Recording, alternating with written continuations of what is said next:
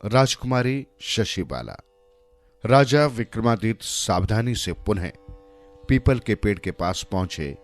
लाश पहले की तरह उल्टी लटकी हुई थी। उन्होंने उसे पेड़ से नीचे उतारा, अपने कंधों पर रखा और अपने राज की ओर चल दिए। रास्ते में बेताल ने उन्हें एक अन्य कहानी सुनाई। अवंती राज में शशिबाला नामक एक सुंदर राजकुमारी रहती थी। एक दिन जब राजा दरबार में बैठा था तो चोल राज्य का राजकुमार वहां आया। उसने राजा से कहा कि वो राजकुमारी शशिबाला से विवाह करना चाहता था। ये सुनकर राजा को अच्छा लगा। चोल राज्य एक शक्तिशाली राज्य था, लेकिन राजा को सोचने के लिए कुछ समय की जरूरत थी। उन्होंने राजकुमार से पूछा, तुम में क्या हुनर है? राजकुमार ने उन्हें बताया कि वो एक अच्छा तीरंदाज है। वो आवाज सुनकर ही तीर चला सकता है और उसका निशाना कभी नहीं चूकता। राजा ने कहा, यह तो बड़ी अजीब बात है। आप मेरे मेहमान बनकर रहें, मैं अपनी बेटी से बात करके आपको जवाब दूंगा। फिर राजकुमार को मेहमान खाने में भेज दिया गया। अगले दिन वैशाली के राजकुमार ने आकर शशिबाला का हाथ मांगा। राजा ने उससे भी उसका हुनर पूछा। वो बोला, मैं बहुत सुंदर रेशम काटकर कपड़े बुन सकता हूं।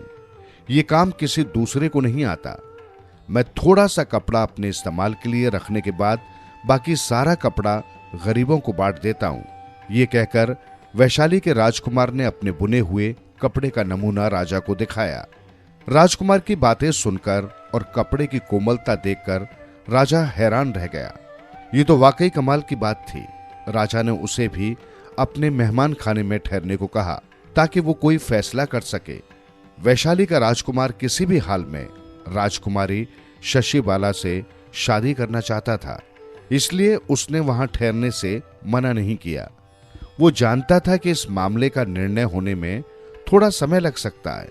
उधर शशिबाला को उसकी दासियों ने सूचना दी कि कोई राजकुमार उसका हाथ मांगने आया है। फिर उन्होंने राजकुमार के हाथ के बुने हुए कपड़े का नमूना दिखाया, जो शशिबाला को बहुत अच्छा लगा। वो एक राजकुमारी थी और बहुत सुंदर वस्त्र पहनती थी, लेकिन ऐसा सुंदर और कारीगरी वाला कपड़ा उसने पहले कभी नहीं देखा था। शीघ्र ही दरबार में तीसरा राजकुमार आया। वो भी राजकुमारी से शादी करना चाहता था। उसने बताया कि वो एक महान विद्वान था। उसने वेदों और उपनिषदों का सारा ज्ञान प्राप्त किया था। इसके बाद चेदी राज्य का राजकुमार आया। उसका दावा था कि उसे पशु पक्षियों की बोली आती है। राजा ने उसे भी अपना मेहमान बना लिया। चेदी का राजकुमार पशु पक्षियों की बोली बोल सकता था। ये बात जल्द ही सबको मालूम हो गई। महल के बहुत से नौकर और नौकरानियां इस बात की परख करना चाहते थे। वे महल के चिड़ियाघर से एक मोर और एक तोता ले आए। राजकुमार ने उनसे बातें की और उन्हें पुचकारा। ये देखकर सब लोग बहुत प्रसन्न हुए। राजा और रानी ने तय किया कि शशिबाला स्वयं अपने लिए वर का चुनाव करेगी। राजा ने राजकुमारी से कहा कि वो जिस वर को पसंद करे उसके गले में वरमाला पहना दे। फिर उन्होंने तीनों राजकुमारों को बुलाकर एक साथ बैठा दिया। थोड़ी देर बाद शशिबाला अपने हाथों में वरमाला लेकर आ गई। ये कहानी सुनकर बेताल ने राजा से पूछा, राजा विक्रम, अब तू बता, राजकुमारी शशिबाला किसका चुनाव करेगी? अगर तूने सही उत्तर नहीं दिया तो तेरे सिर के टुकड़े टुकड़े हो जाएंगे। राजा विक्रमादित्य कुछ क्षण चुप रहे। वे जानते थे कि उनके बोलते ही बेताल वापस चला जाएगा, लेकिन राजा के पास कोई उपाय भी नहीं था। वे बोले, सुनो बेताल, कोई आदमी अपने कर्मों से ही ब्राह्मण, शूद्र, वैश्य अथवा क्षत्रिय होता है। इसलिए राजकुमारी शशिबाला को एक क्षत्रिय से ही विवाह करना चाहिए।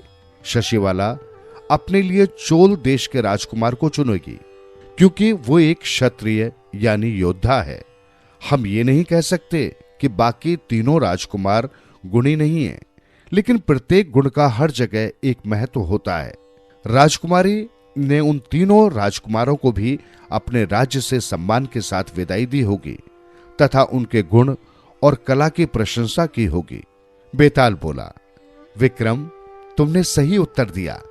एक क्षत्रिय ही राजकुमारी की सही पसंद हो सकती है, लेकिन तू बोला इसलिए मैं वापस चला। ये कहकर बेताल पीपल के पेड़ की ओर उड़ने लगा। राजा फिर उसके पीछे चल दिए ताकि उसे लाकर अपना वचन पूरा कर सकें।